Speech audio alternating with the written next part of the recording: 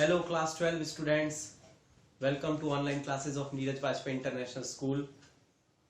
आज का हमारा topic chapter 2 electrostatic potential and capacitance का है, एनर्जी स्टोर्ड इन कैपेसिटर। पिछली क्लास में हमने जाना कि कैपेसिटर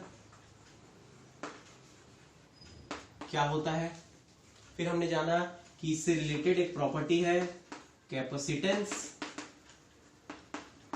ये क्या होता है, और फिर एक और चीज देखे कि कैपेसिटर कुछ प्रकार के होते हैं, उनमें से एक प्रकार का होता है स्फेरिकल कैपेसिटर। स्फेरिकल कैपेसिटर, इसके बारे में हमने जाना कि इसका कैपेसिटेंस कितना होता है। तो कैपेसिटर और स्फेरिकल कैपेसिटर, इसके बारे में हमने पिछले क्लास में समझ चुके हैं। वो समझोगे तभी आज का कुछ समझ में आएगा।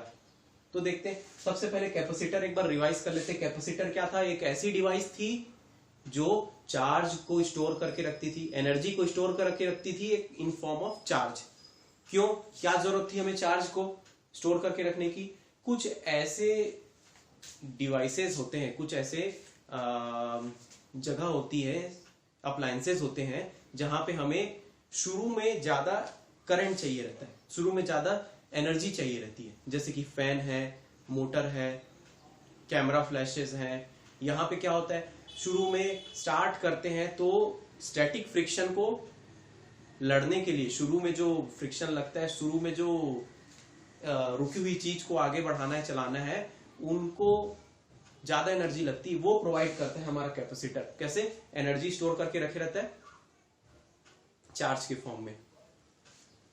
ये कैसे हो सकता है? असल में कैपेसिटर एक कंडक्टर होता है जिसको हम लोग चार्ज देके रखे रहते हैं, वो क्यू चार्ज लेके बैठे रहता है और जब देना रहता है उसको चार्ज तब दे देता है जब जरूरत रहती है तब।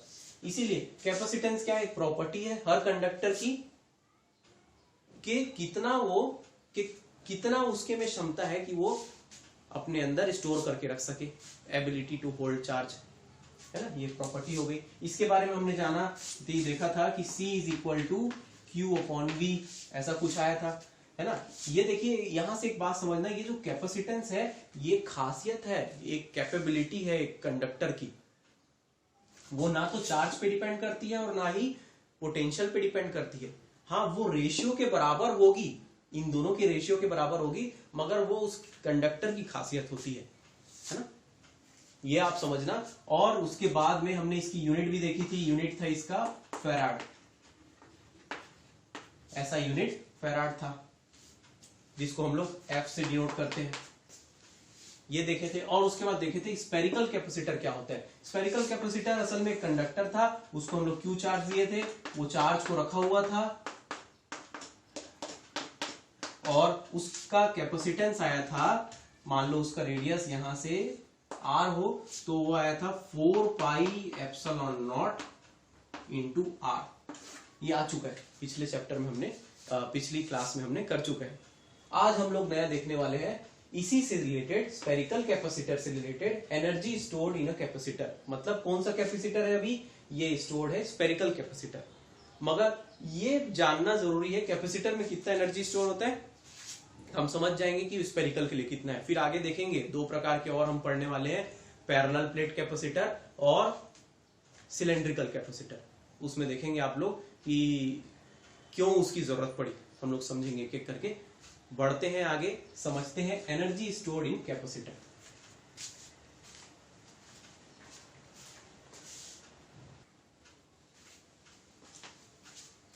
Energy stored in a capacitor, ये समझने के लिए आप ये समझ सकते हैं कि कौन सी एनर्जी की बात हो रही है। Electrostatic potential energy. कौन सी एनर्जी की बात हो रही है? Electrostatic potential energy. और ये एनर्जी के बारे में हम लोग पढ़ चुके हैं, हमने अभी अभी इसी चैप्टर में पढ़ा था इलेक्ट्रोस्टैटिक पोटेंशियल एनर्जी के बारे में। तो चलो अब देखते हैं कि एक स्फेरिकल कंडक्टर है हमारे पास, अभी स्फेरिकल की बात हो रही थी ना, पहले ही पढ़े स्फेरिकल कैपेसिटर। एक स्फेरिकल कंडक्टर है, उसका रेडियस है r, सेंटर से, और इसको हमने टोटल चार्ज Q देके रखा है, टोटल चार्ज Q देके रखे। जब इसको हमने चार्ज दिया तो ये क्या करेगा, अपना बाहर में पूरा चार्ज को यूनिफॉर्मली डिस्ट्रीब्यूट कर देगा। ठीक, अब ये बात आती है कि हम इसको चार्ज देंगे, वो कैसे देंगे, कैसे चार्ज देंगे, हमारा वही पुराना कॉन्सेप्ट, हम कहां से लाते हैं सारे चार्जेस, क्या डिसाइड किए हमने, इंफिनिटी से, बहुत दूर से हम चार्ज को लाते हैं। हमारा कॉन्सेप्ट ऐसा ही है ना, दूर से क्यों लाते हैं, क्योंकि हम मान लेते हैं कि दूर से लाएंगे तो स्लोली उसको चार्ज को लाएंगे, थोड़ा थोड़ा चार्ज को लाएंगे, एक एक करके धीरे धीरे बढ़ते जाएंगे, तब जाकर वो टोटल Q होगा, है ना। और जब हम इस चार्ज को यहां से यहां लाएंगे तो जितना वर्क डन करना पड़ेगा हमें, जितना वर्क डन करना पड़ेगा वो ही जाके इस कंडक्टर में स्टोर होगा और कन्वर्ट हो जाएगा इलेक्ट्रोस्टैटिक पोटेंशियल एनर्जी के फॉर्म में। बात हुई थी, वाली बात, कॉन्सेप्ट समझ में आया था। क्या होता है, work done is equal to stored potential energy. जो वर्क हमने किया वही किस फॉर्म में जाके एनर्जी में स्टोर हो जाएगा, पोटेंशियल एनर्जी के फॉर्म में यूज हो जाएगा, स्टोर हो जाएगा। और वही कॉन्सेप्ट हम यूज करेंगे। कहां से लाएंगे, इन्फिनिटी से लाएंगे। इन्फिनिटी से मैं चार्ज को ला रहा हूं, मगर इन्फिनिटी से कैसे ला रहा हूं, एक साथ सब चार्ज को ला के इसमें नहीं डालूंगा, छोटा छोटा चार्ज लाऊंगा। मान लो मैं लाता हूं DQ चार्ज, DQ बहुत छोटा सा चार्ज है, DQ को हम लोग शो करते हैं बहुत छोटे चार्ज से। छोटे से चार्ज को धीरे धीरे धीरे धीरे ऐसे लाऊंगा कि उसका काइनेटिक एनर्जी नहीं बढ़ेगा, स्लोली करके लाते जाऊंगा और उसमें बढ़ाते जाऊंगा, तब जाकर इसका चार्ज टोटल Q होगा। अब देखिए ये कॉन्सेप्ट में आगे बढ़ते हैं। क्या बोलता है ये कि work done in bringing charge from infinity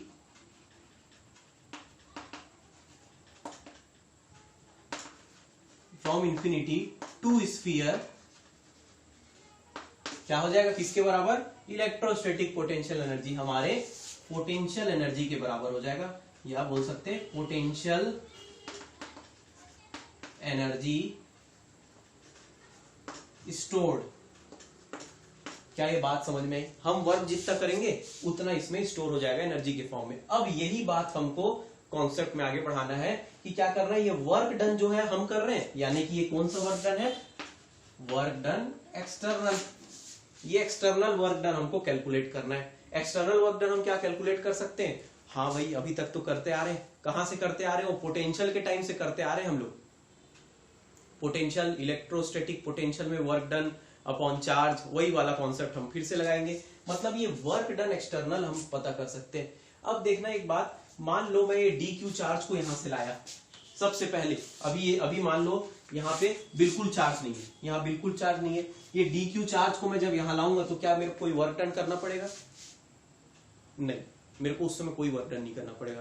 क्यों, क्योंकि अभी समझ में आएगा, मैंने थोड़ा सा DQ चार्ज डाला यहाँ पे, अब अगली बार फिर गया और DQ चार्ज डाल रहा हूं, तो देखो पॉजिटिव चार्ज पहले से और एक पॉजिटिव चार्ज को मैं ला रहा हूं, तो क्या होगा, अब मेरे को वर्क डन करना पड़ेगा। क्यों, क्योंकि पॉजिटिव रिपेल करेगा, वो चाहेगा नहीं कि इसमें आ जाए चार्ज, तो वो क्या करेगा, धकेलेगा, और मेरे को उसके अगेंस्ट वर्क करना पड़ेगा, मुझे यहाँ चार्ज देना पड़ेगा। समझ लो अभी क्या है, यहाँ पे चार्ज 0 है, शुरू में कोई चार्ज नहीं है यहाँ पे, ठीक। और मैंने सबसे पहले चार्ज लाया, ये मान लो मैं यहाँ पे रख दिया चार्ज को, हालांकि वो पूरा डिस्ट्रीब्यूट हो जाएगा, मगर मैंने एक चार्ज रख दिया। अब दूसरा लाऊंगा तो क्या करेगा, रिपेल करेगा, यहां जाने नहीं देगा, है ना। मगर मुझे वर्क करके मुझे खुद एक्सटर्नल वर्क करके इसमें चार्ज डालना है, मैं डालूंगा चार्ज, है ना। तो मुझे वर्क पहली बार में नहीं करना पड़ेगा, दूसरी बार से करना पड़ेगा, और वो क्या होगा, वर्क हर बार ज्यादा करना पड़ेगा। आखिरी वाला चार्ज के बारे में सोचो, आखिरी वाले चार्ज के बारे में जस्ट इमेजिन करो कि मैं आखिरी वाले चार्ज को ये ला रहा हूं, यूं रखा, तो उस समय मुझे सबसे ज्यादा वर्क करना पड़ेगा। क्यों, क्योंकि उस समय रिपल्शन बहुत ज्यादा बढ़ जाएगा। ऐसा कॉन्सेप्ट है, कहानी समझ में आई वाली। तो ऐसे समय में मैं क्यों बता रहा हूं, क्योंकि वर्क जो हो रहा है वो कैसा है, वेरिएबल है, कांस्टेंट नहीं है, वेरिएबल है। हर बार सेम अमाउंट ऑफ वर्क मैं कैलकुलेट नहीं कर सकता, मुझे हर बार अलग अलग अमाउंट ऑफ वर्क करना पड़ रहा है, पहले ज्यादा, फिर और ज्यादा, फिर और ज्यादा, तो वर्क डन मेरा बढ़ते जा रहा है, वेरिएबल है। तो कैसा कैलकुलेट करूं, उसी के लिए हम लोग पढ़े हैं क्या, वही हमारा हेल्प करने वाला इंटीग्रेशन। उस इंटीग्रेशन का हेल्प लेंगे। मान लो ये बात समझ में आ गई होगी, तो ये मान लो टोटल वर्क डन हमारा W है। तो थोड़े से चार्ज को लाने के लिए, dq चार्ज को लाने के लिए मुझे dw वर्क करना पड़ रहा होगा। dq चार्ज को लाने के लिए मुझे dw वर्क करना पड़ रहा होगा, है ना, थोड़ा सा वर्क डन। तो मुझे अगर टोटल पता करना है तो क्या रिलेशन है वर्क डन और dq के बीच में, कोई रिलेशन याद आ रहा है? हाँ भाई, पोटेंशियल का। क्या था पोटेंशियल का रिलेशन? यहां पे लिख देता हूं। अपना पोटेंशियल का रिलेशन था ना, v minus V infinity is equal to work done external upon charge, यानी कि work done upon charge is equal to potential. अब इसमें से देखो इंफिनिटी से ला रहा था, तो इंफिनिटी का पोटेंशियल क्या होता है? 0। तो मैं सीधा लिख सकता हूं v is equal to w external upon charge. अब इसमें से मैं छोटे से चार्ज को लाया तो थोड़ा सा वर्क डन करना पड़ा मुझे, वो मेरे पोटेंशियल के बराबर हो जाएगा। अब इसी को मैं इधर ले आता हूं तो ये बन जाएगा dq work done external is equal to v dv, v dq। तो यहां भी वो ऐसा हो जाएगा, work done external is equal to v dq। ये वाले चीज का हेल्प लेते हैं। थोड़ा सा वर्क डन करना है, सॉरी थोड़ा सा चार्ज को लाना है, थोड़ा सा वर्क डन करना पड़ा, साथ में इज इक्वल टू लगाया, क्या हो गया वो? Potential into dq। कैसे हेल्प होगा? अब मुझे करना है टोटल वर्क, टोटल ये पता करना है, ये पता करना है। क्यों? क्योंकि यही बराबर होगा मेरे energy stored, potential energy stored के बारे में बराबर होगा। तो मैं क्या करता हूं, इसको इंटीग्रेट कर देता हूं, dw तो टोटल मिल जाएगा मुझे। और इसको इंटीग्रेट करूंगा तो कहां से कहां? पहले शुरू में क्या इनिशियल पोजीशन में कितना चार्ज था? यहाँ पे 0 था, इनिशियली 0 था, तो 0 से लेके और आखिरी में कितना हो जाएगा? q हो जाएगा। तो q तक, 0 से q तक मैं इंटीग्रेट करूंगा इसको v dq को, v dq को। ठीक, अब देखो एक चीज, अब हमको एक और चीज पता है कि c is equal to q by v, c is equal to q by v। इसमें से v की वैल्यू क्या होगी? इसको इधर ले आता हूं, v is equal to q by c होगी। v की वैल्यू रख देता हूं मैं यहाँ पे, v, तो ये किसके बराबर हो जाएगा? w total external q, v की वैल्यू आ गई q बाय c dq। ठीक, चलो आगे बढ़ते हैं, इसको मिटा देता हूं। देखो अब इंटीग्रेशन करते हैं, कांस्टेंट 1/c कांस्टेंट बाहर आ जाएगा, w is equal to 1/c integration 0 to q dq, q dq। हाँ, इंटीग्रेशन ऑफ, यहां पे देखना integration of x to the power n dx is equal to क्या होता है? x to the power n plus 1 upon n plus 1। x की जगह q है, q के पावर में क्या है? कुछ नहीं, मतलब 1 है। इसका मतलब ये होगा 1/c q to the power 2 upon 2। कैसे? q टू द पावर 1 था, यहाँ पे 1 प्लस 1 2 हुआ, और अपॉन n प्लस 1 यानी 1 प्लस 1 2। ठीक, ये हुआ बात। मगर कहां से कहां तक integrate? Upper limit lower limit 0 to q। ठीक, अपर लिमिट लोअर लिमिट रखते हैं, अपर लिमिट लोअर लिमिट रखिए, देखिए क्या बनेगा। अपर लिमिट लोअर लिमिट कुछ ऐसा आएगा, 1/c, अच्छा ये 1/2 को बाहर ले आता हूं, है ना, ये 1/2 को सीधा बाहर ले आता हूं, टेंशन खत्म। तो क्या बचा? q to the power 2 0 to q।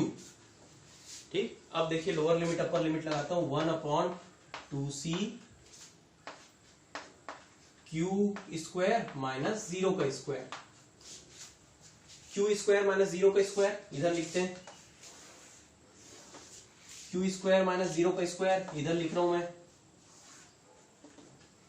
क्या बनेगा? w is equal to 1/2c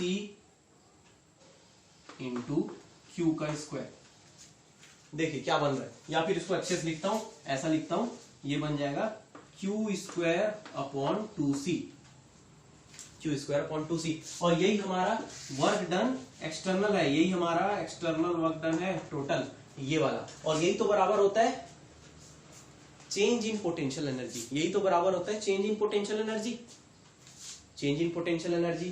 तो मैं यहाँ पे इसी की जगह डेल यू भी लिख सकता हूँ। क्या लिख दूंगा, यही हो गया मेरा डेल यू के बराबर Q square upon 2c, Q square upon 2c, जिसमें से ये जो डेल यू है वो क्या है, final potential energy minus initial potential energy, मतलब बाद में जो पोटेंशियल एनर्जी है अभी, और माइनस पहले जो थी, पहले क्या थी, जब जीरो चार्ज जीरो था तो उस समय क्या थी, यहाँ पे पोटेंशियल एनर्जी जीरो, यानी कि ऐसा हो जाएगा u final minus u initial, जिसमें से इनिशियली क्या थी, पोटेंशियल एनर्जी जीरो। तो मतलब ये हुआ कि energy stored finally, potential energy stored finally in the sphere is q square upon 2c, q square upon 2c, जिसमें से q क्या है, total charge on the sphere, c क्या है, कैपेसिटेंस, इसका कैपेसिटेंस है स्फीयर का, और uf क्या है, energy stored in the sphere. अब देखिए ये अपना बना हमारा एनर्जी स्टोर्ड का फॉर्मूला, एनर्जी स्टोर्ड का फॉर्मूला इसमें बनने से क्या, मैं यहाँ पे Q और 2c, Q square upon 2c आ रहा है ना। यहाँ पे हम लोग कुछ फॉर्मूला इसको और चेंज कर सकते हैं, कैसे चेंज करके दिखेगा ये देखना। हम जानते हैं, अच्छा समझ में आई वाली बात। सबसे पहले क्या किया, डी क्यू को थोड़ा सा लाए, उसमें एनर्जी हमको नहीं, सॉरी उसमें वर्क डन नहीं करना पड़ा। उसके पहले क्या है, वर्क डन जो होगा वही एनर्जी के फॉर्म में स्टोर होगा, तो पहला लाए नहीं करना पड़ा, बाद में लाए तो और ज्यादा करना पड़ेगा, और ज्यादा, यानी कि वेरिएबल है इसलिए इंटीग्रेशन किए, है ना। हमको रिलेशन क्या मालूम है पोटेंशियल एनर्जी का, V is equal to D W upon D Q, तो उसमें से D W is equal to V D Q हो गया, तो उसमें से इंटीग्रेट किए, W is equal to integration of 0 to Q किए V dV, V का वैल्यू रखे, आगे बढ़े, मिल गया work done external Q square upon 2c, और उसी से हमको मिला finally energy stored is Q square upon 2c। मगर यही चीज को अगर मैं दूसरे फॉर्म में लिखना चाहूं, लाइक फॉर एग्जांपल मुझे मालूम है कि C is equal to 4 pi epsilon nought into R होता है, पिछली क्लास में किए थे हमने। तो चलो ये C की वैल्यू में ये वैल्यू रख देता हूं, क्योंकि ये स्फीयर की बात हो रही है, ना, तो स्फीयर के लिए energy stored is equal to क्या होगा, Q स्क्वायर अपॉन 4 पाई, अच्छा क्या है, 2 into 4 pi epsilon nought into R, ठीक। ये 2 इंटू 4 क्या हो जाएगा, 8 बन जाएगा, यानी कि स्फीयर के लिए एनर्जी जो स्टोर होगी वो होगा Q square upon 8 pi epsilon nought into R, ये होगा। अब दूसरी बात देखते हैं, मान लो Q square upon 2c, Q square upon 2c में मैं वैल्यू रख देता हूं, किस चीज की वैल्यू, कि क्या C is equal to Q upon V होता है, C is equal to Q upon V होता है, हम जानते थे कि नहीं, C is equal to Q upon V। तो मैं यहां पे रख देता हूं C की वैल्यू Q अपॉन V रख देता हूं, क्या मिलेगा मुझे, Q अपॉन V रखूंगा तो देखते हैं, U is equal to Q square upon 2 into Q upon V, तो ये मिलेगा मुझे, V ऊपर चले जाएगा, V और एक Q इसके स्क्वायर के साथ कटा, Q अपॉन 2, हाँ ये ऐसा मिलेगा, यानी क्या हुआ, हाफ QV या VQ, हाफ QV या VQ, मैं ऐसा लिख देता हूं, यही मिलेगा मुझे, half into Q into V, ये भी एक मिला। मतलब ये क्या हुआ, यही चीज को मैं ऐसा भी लिख सकता हूं, in terms of Q and V, है ना। और मान लीजिए मुझे इसी को लिखना है in terms of C and V, C and V के फॉर्म में लिखना है, तो चलो मैं क्या करूंगा, C एंड V के फॉर्म में लिखना है, तो मैं क्या करूंगा, Q को हटा दूंगा। Q क्या होता है, Q is equal to CV, Q is equal to CV। तो मैं यहां पे ऐसा भी लिख सकता हूं, U is equal to C और V का होल स्क्वायर अपॉन 2C, है कि नहीं, CV के बराबर होता है, CV रख दिया Q की जगह में, तो ये C स्क्वायर V स्क्वायर हो जाएगा, C स्क्वायर V स्क्वायर, और ये C और ये स्क्वायर कटा तो क्या मिलेगा अपने को, हाफ C V स्क्वायर। ये भी पता है, ऐसा हो जाएगा। हाँ, ये सब चीज को आपको रटाना नहीं है, एक आध को रट लो और उसी को ट्रांसफॉर्म करके बनाते जाओ, तो ये हो जाएगा हाफ C V स्क्वायर। तो ये फॉर्मूले इसी में से बन रहे, ये फॉर्मूला आपको काम आने वाला है, क्योंकि हम लोग देखेंगे अपने एनसीईआरटी बुक में और अपने सिलेबस में, तो स्फेरिकल कैपेसिटर के उतने क्वेश्चन नहीं है, शायद एक भी क्वेश्चन ना मिले वहां, मगर ये स्फेरिकल के थ्रू ही हमको समझना है, ताकि आगे जाकर उसको हम लोग समझ पाए। आगे की चीजें कठिन होती जाएगी तो आसान चीज को समझोगे, कॉन्सेप्ट बनाओगे, तब जाकर आगे की चीज समझ में आने लगेगी। अभी के लिए समझ में आया basic formula, energy stored Q square upon 2C, उसी में से हमने C is equal to 4 pi epsilon nought R लगा दिया, तो U is equal to Q square upon 8 pi epsilon nought into R। Q और V के टर्म में हमने वैल्यू पुट की, तो हाफ Q इंटू V, और C और V के टर्म में, कैपेसिटेंस और पोटेंशियल के टर्म में, U is equal to half C into V square. ये हुआ स्फेरिकल कैपेसिटर।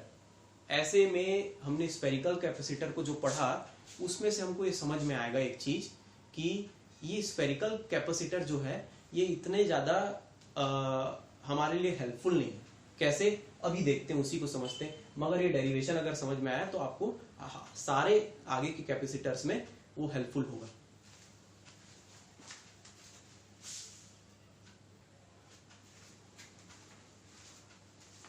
पिछले क्लास में एक क्वेश्चन किए थे हमने। क्वेश्चन ये था कि 1 मीटर रेडियस का एक कंडक्टर है, स्फीयर, एक स्फीयर है, 1 मीटर रेडियस का एक स्फीयर है, एक गोलाकार गोली है जो बोलते हैं उसको, और उसका कैपेसिटेंस पता करो। तो उसका कैपेसिटेंस याद आ रहा है, कितना आ रहा था, वो आ रहा था, अगर रेडियस हो 1 मीटर तो कैपेसिटेंस आ रहा था 1.11 इंटू 10 टू द पावर -10 फेरेड, ऐसा कुछ आ रहा था। हाँ, इतना ही आ रहा था, 1.11 into 10 to the power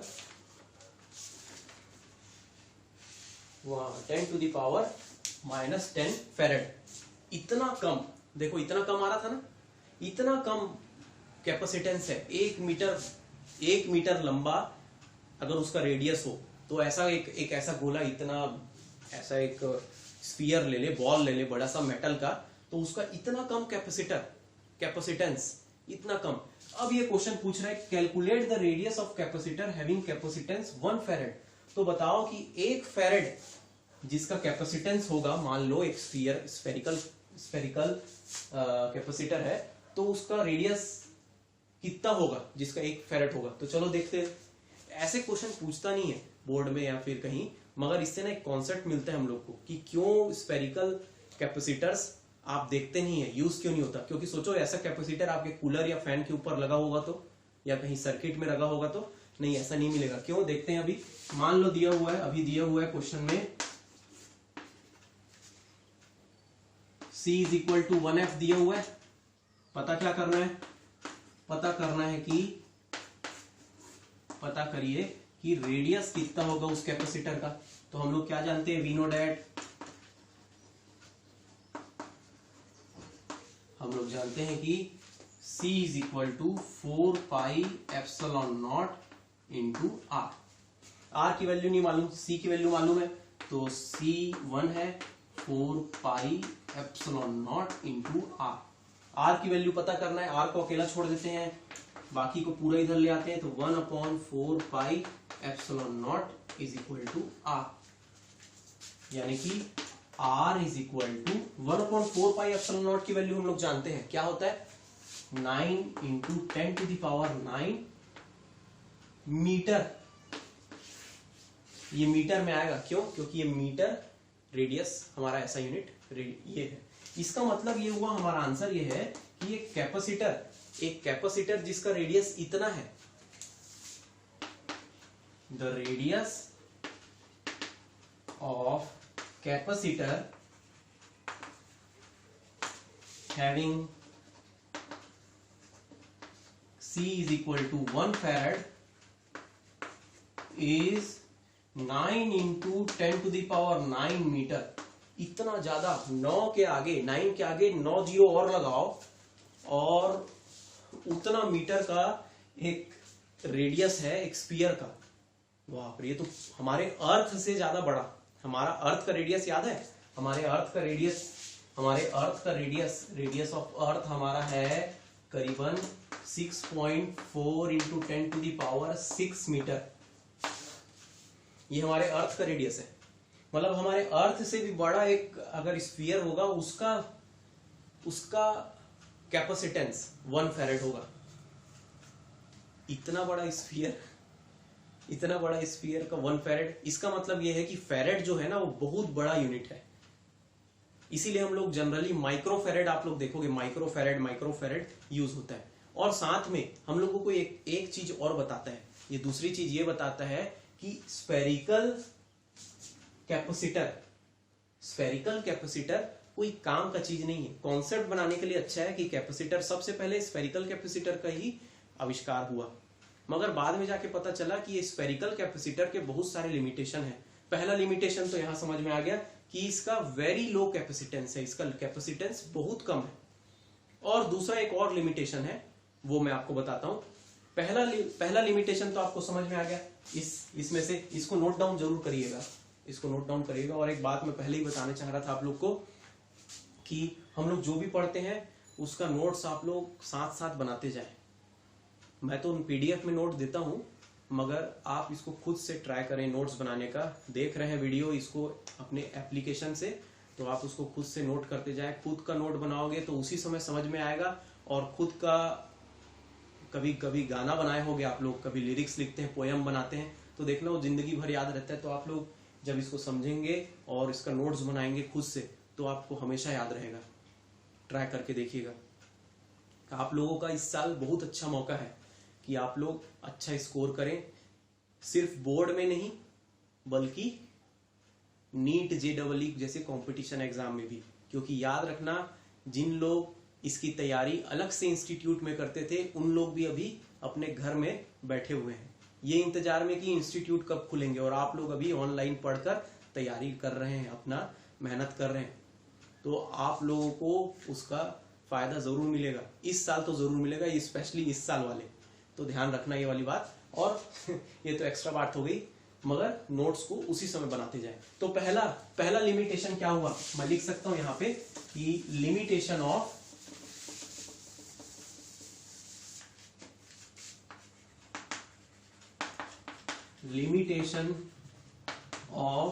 spherical capacitor. Limitation of spherical capacitor ये होगा, पहला वेरी लो कैपेसिटेंस, बहुत ही कम लैब कैपेसिटेंस होता है। देख लिया आपने, इतना बड़ा कैपेसिटर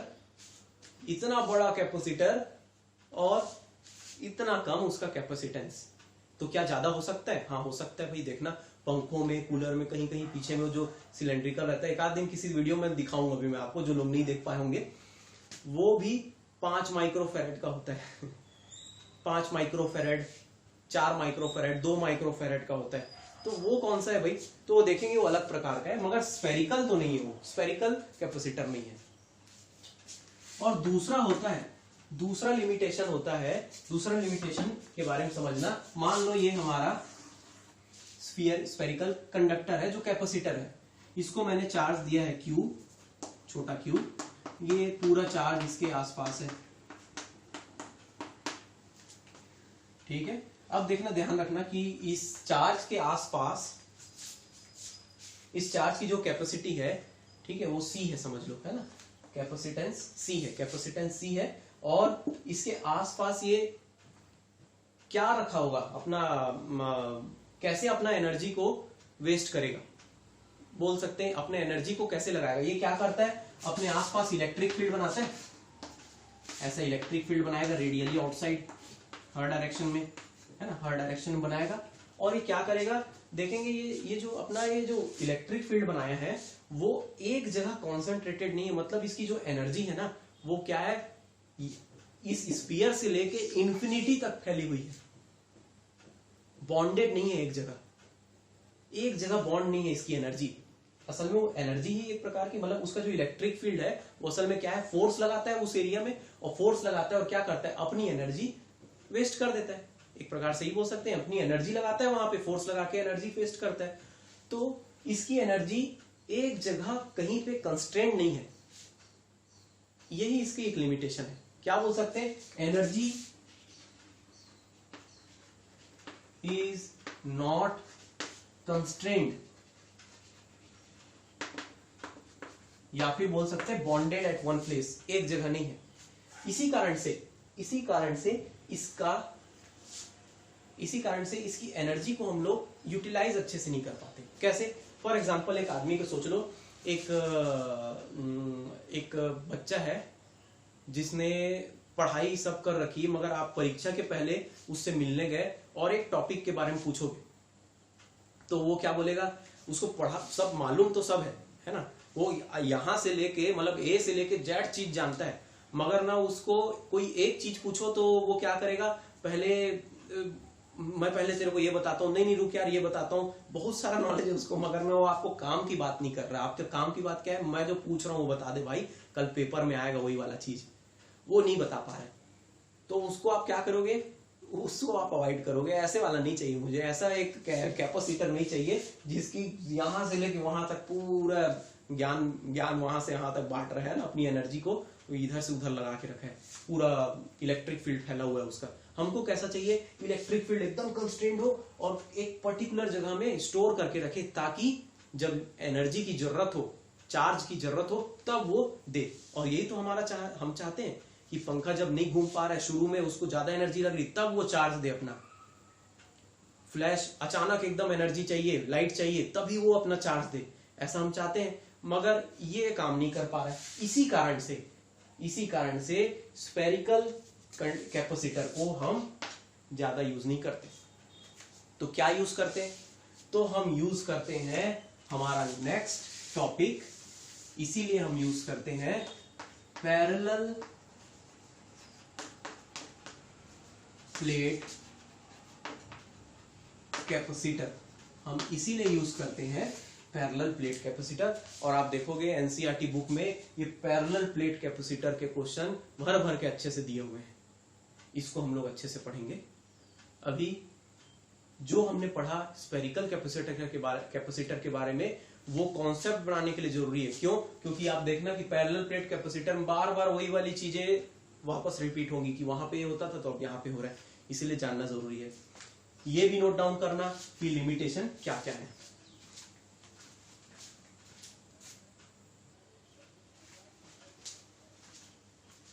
तो ये था लिमिटेशन ऑफ स्फेरिकल कैपेसिटर।